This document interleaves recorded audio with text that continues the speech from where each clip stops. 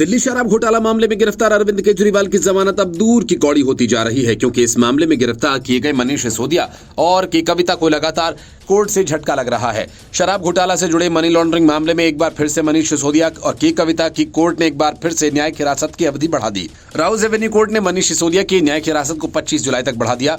BRS नेता की कविता की न्यायिक हिरासत को भी अदालत ने 25 जुलाई तक बढ़ा दिया। दोनों नेताओं को वीडियो कॉन्फ्रेंसिंग के जरिए राउज एवेन्यू कोर्ट में पेश किया गया था। मनीष सिसोदिया और के कविता की न्यायिक हिरासत खत्म हो गई थी, जिसके बाद उन्हें पेश किया गया। अदालत में अब ईडी से जुड़े मुख्य मामले की सुनवाई 25 जुलाई को होगी।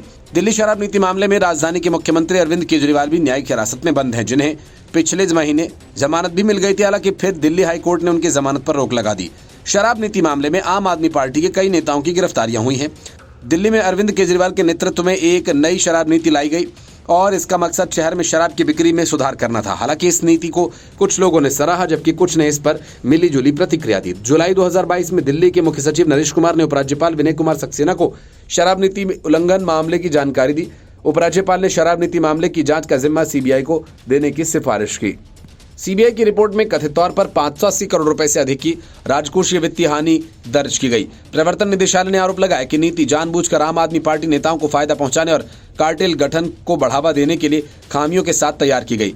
इनमें आम आदमी पार्टी के नेताओं पर छूट, लाइसेंस शुल्क माफी और कोविड-19 महामारी के दौरान राहत जैसे तरजीही व्यवहार के बदले में शराब कारोबारियों से रिश्वत लेने का आरोप लगाया गया। मामले की जांच आगे बढ़ी और फिर इसमें आम आदमी पार्टी समेत बीआरएस नेताओं के नाम जुड़ते चले गए।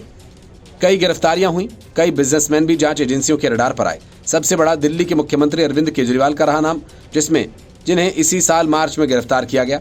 उनसे पहले मनीष सिसोदिया और संजय सिंह की भी गिरफ्तारी हुई। संजय सिंह को फिर जमानत दे दी गई।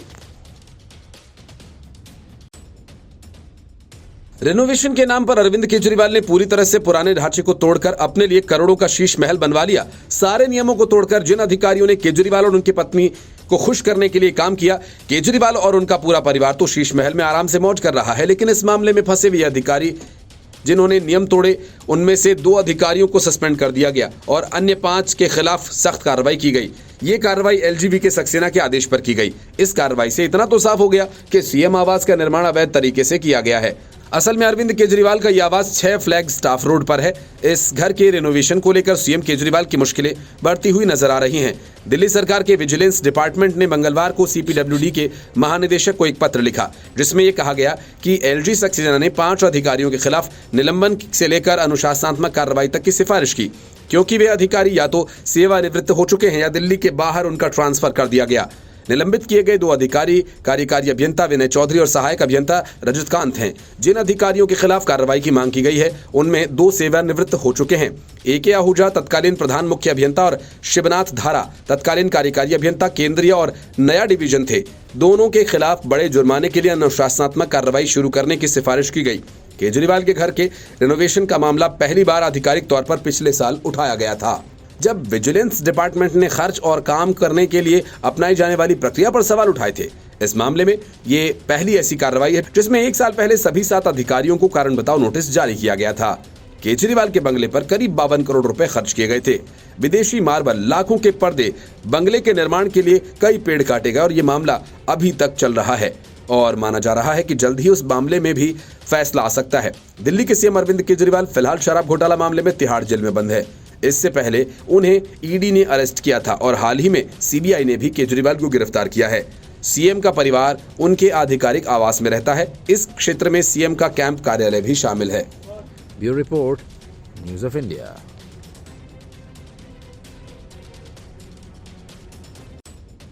नेताओं और राजनीतिक पार्टियों के खिलाफ ईडी, सीबीआई सहित सारी जांच एजेंसी आज विपक्ष के निशाने पर हैं। कांग्रेस से लेकर लालू प्रसाद तक, केजरीवाल से लेकर एमके स्टालिन तक और पवार से लेकर ममता बनर्जी तक सब के सब एक सुर में जांच एजेंसियों के खिलाफ एकजुट हैं।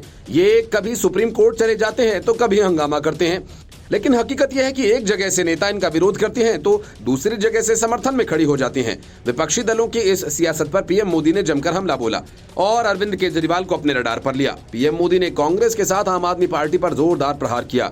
राज्यसभा में राष्ट्रपति के अभिभाषण पर धन्यवाद प्रस्ताव पर प्रधानमंत्री नरेंद्र मोदी ने कहा, कांग्रेस पार्टी ने आम आदमी पार्टी की शिकायत की और उन्हें कोर्ट तक घसीटा। अब जब कार्रवाई हो रही है तो गाली उन्हें दी जा रही है। पीएम ने कांग्रेस पार्टी से सवाल किया कि जो सबूत उन्होंने आम आदमी पार्टी के खिलाफ दिए थे, क्या वे झूठे थे? पीएम मोदी ने कहा कि केंद्र की जांच एजेंसियों पर आरोप लगाए गए हैं। कहा गया कि सरकार जांच एजेंसियों का दुरुपयोग कर रही है, भ्रष्टाचार करे आम आदमी पार्टी, शराब घोटाला करे, बच्चों के क्लासरूम बनाने में घोटाला करे, पानी में घोटाला करे और इसकी शिकायत करे कांग्रेस। आम आदमी पार्टी को कोर्ट में घसीट ले जाए कांग्रेस। अब कार्रवाई हो तो गाली मोदी को दें। अब आपस में साथी बन गए हैं ये लोग। पीएम मोदी ने आम आदमी पार्टी से कहा कि वो कांग्रेस से जवाब मांगे। वहीं कांग्रेस को भी साफ करने को कहा कि जो आरोप उन्होंने अरविंद केजरीवाल पर लगाए थे वे सच्चे थे या झूठे। पीएम ने कहा कि मैं आम आदमी पार्टी वालों से कहना चाहता हूं कि हिम्मत है तो सदन में खड़े होकर कांग्रेस से जवाब मांगो। कांग्रेस ने प्रेस कॉन्फ्रेंस करके आम आदमी पार्टी के घोटालों के सबूत देश के सामने रखे थे। अब ये बताएं कि ये जो सबूत उन्होंने दिखाए थे वे सच्चे थे या झूठे। मुझे विश्वास है कि ऐसी चीजों का जवाब देने की हिम्मत नहीं है। इन लोगों का दोहरा रवैया है। पीएम मोदी ने कहा कि दिल्ली में ईडी सीबीआई की कार्रवाई पर हाय तौबा करते हैं और वही लोग उसी एजेंसी से केरल के मुख्यमंत्री को जेल भेजने की बात करते हैं। तब लोगों के मन में सवाल उठता है कि इसमें भी दोगलापन। छत्तीसगढ़ में कांग्रेस में सरकार में मुख्यमंत्री रहे भूपेश बघेल का नाम के साथ शराब घोटाला जुड़ा। तब यही आम आदमी पार्टी चीख चीख कर कहती ईडी सीबीआई लगा दो, अब मुख्यमंत्री जेल में डाल दो, इस मुख्यमंत्री को जेल में डाल दो। उनको तब ईडी बहुत प्यारी लगती थी, लेकिन जैसे ही जांच होती है, गिरफ्तारी होती है, ये सब मिलकर गाली देने लगते हैं। यही विपक्ष की सियासत है। शराब घोटाला मामले में पकड़े गए अरविंद केजरीवाल अपने लिए जमानत मांग चुके हैं। जमानत के लिए अब केजरीवाल ने हाईकोर्ट का रास्ता अपनाया है। साथ ही अरविंद केजरीवाल अपनी गिरफ्तारी को भी चुनौती दे चुके हैं।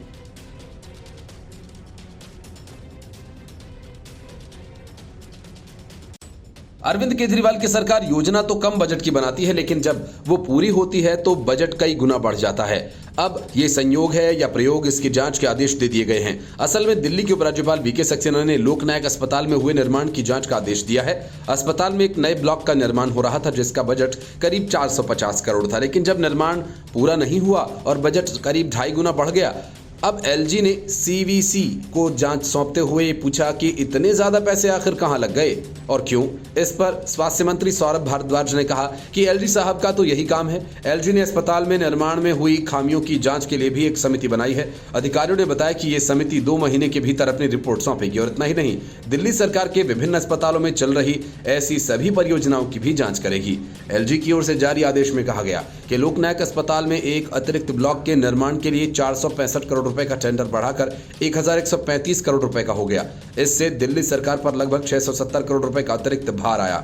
अधिकारियों ने बताया कि एलजी ने सतर्कता निदेशालय से केंद्रीय सतर्कता आयोग के मामले में विस्तृत तकनीक जांच के लिए मुख्य तकनीक परीक्षकों की एक विशेष टीम गठित करने का अनुरोध किया है और कहा कि एलजी ने आदेश में कहा कि ये समझ से परे है कि विभाग के इंजीनियर्स ने इतने पैसे कहां खर्च कर दिए, जबकि इसे वित्त विभाग और कैबिनेट के पास जाना चाहिए था। लोकनायक अस्पताल में एक नए ब्लॉक पर काम 4 नवंबर 2020 में शुरू हुआ था। 30 महीने के भीतर इसे पूरा किया जाना था, लेकिन अधिकारियों का कहना है कि 3.5 साल बाद भी सिर्फ 64% काम ही हो पाया, जबकि लागत 243% बढ़ गई। अरविंद केजरीवाल सरकार ने इसके निर्माण की जिम्मेदारी पीडब्ल्यूडी विभाग को सौंपी थी। मूल रूप से 465 करोड़ रुपए का टेंडर हुआ, बाद में काम के दायरे का विस्तार किया गया और 1135 करोड़ रुपए खर्च हो गए। एलजी के निर्देश के बारे में जब दिल्ली के स्वास्थ्य मंत्री सौरभ भारद्वाज से पूछा गया तो उन्होंने कहा कि एलजी का काम दिन रात जांच का आदेश देना है। उन्होंने दिल्ली के लिए और किया ही क्या है, सतर्कता विभाग उनके अधीन है, वे ऐसा इसलिए करते हैं ताकि मीडिया सवाल पूछे। हालांकि दिल्ली सरकार के सूत्रों ने जांच और किसी तरह की गड़बड़ी पाए जाने पर सख्त सजा दिए जाने का स्वागत किया है।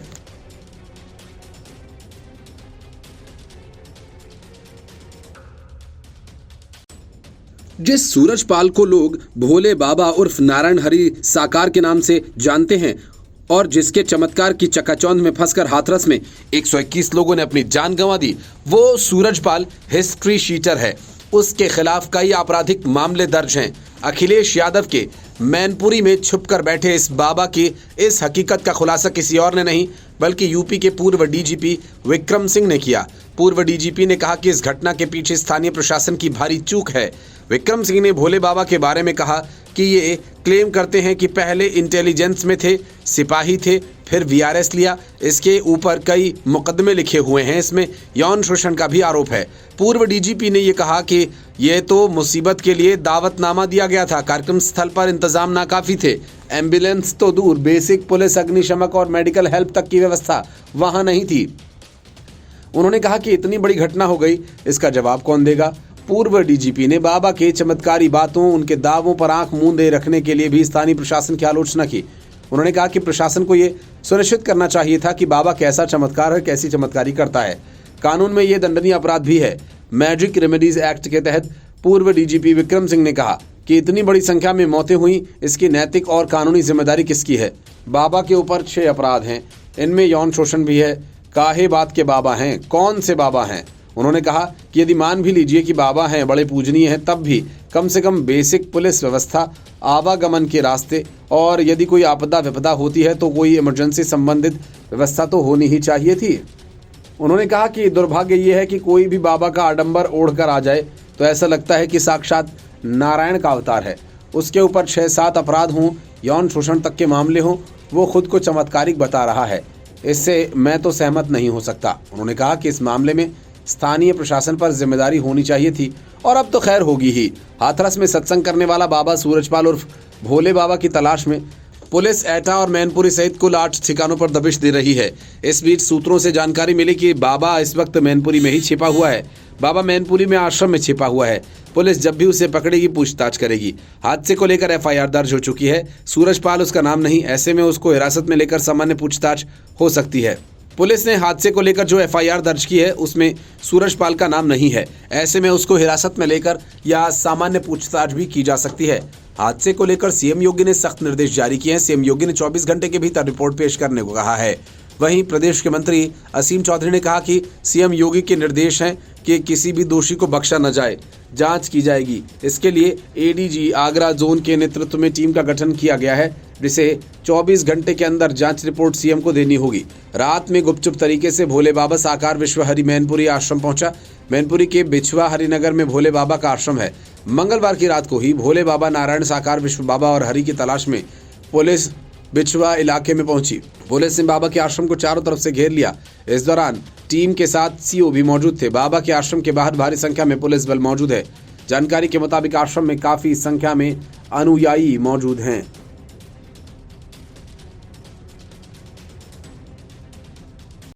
पिछले 5 महीने से हरियाणा के अंबाला में किसानों की वजह से लोगों का जीना दूभर हो गया। ये किसान पिछले 5 महीने से दिल्ली अमृतसर हाईवे बंद किए बैठे हैं। हरियाणा पंजाब की सीमा को अलग अलग करने वाली घग्गर नदी के किनारे एक किसान तो दूसरे पर पैरामिलिट्री फोर्स डटी हुई हैं। ऐसे में शंभू बॉर्डर पर यह रास्ता आमजन के लिए 5 महीने से पूरी तरह से बंद है। यहाँ पर रोजमर्रा के काम और नौकरी पर आने जाने वाले लोगों को घग्गर नदी के किनारे बने कच्चे रास्तों का इस्तेमाल करना पड़ रहा है। लेकिन अब बुरी खबर ये कि ये रास्ते भी बंद होने वाले हैं और इसी वजह से लोगों के माथे पर चिंता की लकीरें बढ़ गई हैं। दरअसल पंजाब, हरियाणा और हिमाचल में मानसून की एंट्री हो चुकी है और बारिश हो रही है। बारिश के चलते घग्गर नदी में पानी बढ़ रहा है और पुल और आसपास के कच्चे रास्ते बंद हो जाएंगे। ग्रामीण मनप्रीत सिंह ने बताया कि इन रास्तों से हर रोज नौकरी पर जाने के लिए लोग आते जाते हैं, लेकिन अब लोगों को भी ये भय सता रहा है कि अगर बारिश के बाद घग्गर नदी में पानी आया तो ये लोग नौकरी के लिए कैसे जाएंगे। हालांकि ये तय कि घग्गर में जल्द ही पानी का स्तर बढ़ेगा। हरियाणा से पंजाब जाने के लिए यूं तो कई अन्य पक्के हाईवे भी हैं, लेकिन अंबाला और शंभू के नजदीकी गांव और आसपास के इलाकों से दोनों तरफ आने जाने के लिए लोग कच्चे रास्तों का इस्तेमाल करते हैं। यदि दूसरे रास्ते से लोग जाएंगे तो उन्हें 40 से 50 किलोमीटर का अतिरिक्त सफर करना पड़ेगा। एसपी अंबाला सुरेंद्र सिंह ने बताया ये गंभीर मुद्दा है। उन्होंने कहा कि मामले का समाधान निकाला जाएगा। उन्होंने हाल ही में ज्वाइन किया और सारी जानकारी मांगी। बातचीत से मामला हल करेंगे। लेकिन किसान और सरकार की खींचतान में आम जनता पिसती हुई नजर आती है। किसान आंदोलन का असर अंबाला के बाजारों पर पड़ रहा है और बाजार पूरी तरह से प्रभावित हैं। व्यापारियों ने हाल ही में धरना स्थल पर जाकर विरोध भी जताया था। अंबाला के कई बाजार विरोध में 4 घंटे तक बंद रहे। व्यापारियों ने मांग की है कि शंभू बॉर्डर खोला जाए, क्योंकि इस वजह से उनके व्यापार पर असर पड़ रहा है। इसके पहले भी किसान आंदोलन के दौरान दिल्ली के लोगों को महीनों तक तकलीफ झेलनी पड़ी थी। दिल्ली की कई सीमाएं किसान आंदोलन की वजह से महीनों तक बंद रहीं, जिसकी वजह से आसपास के लोगों और आने जाने वालों के लिए बड़ी मुश्किल पैदा हो गई।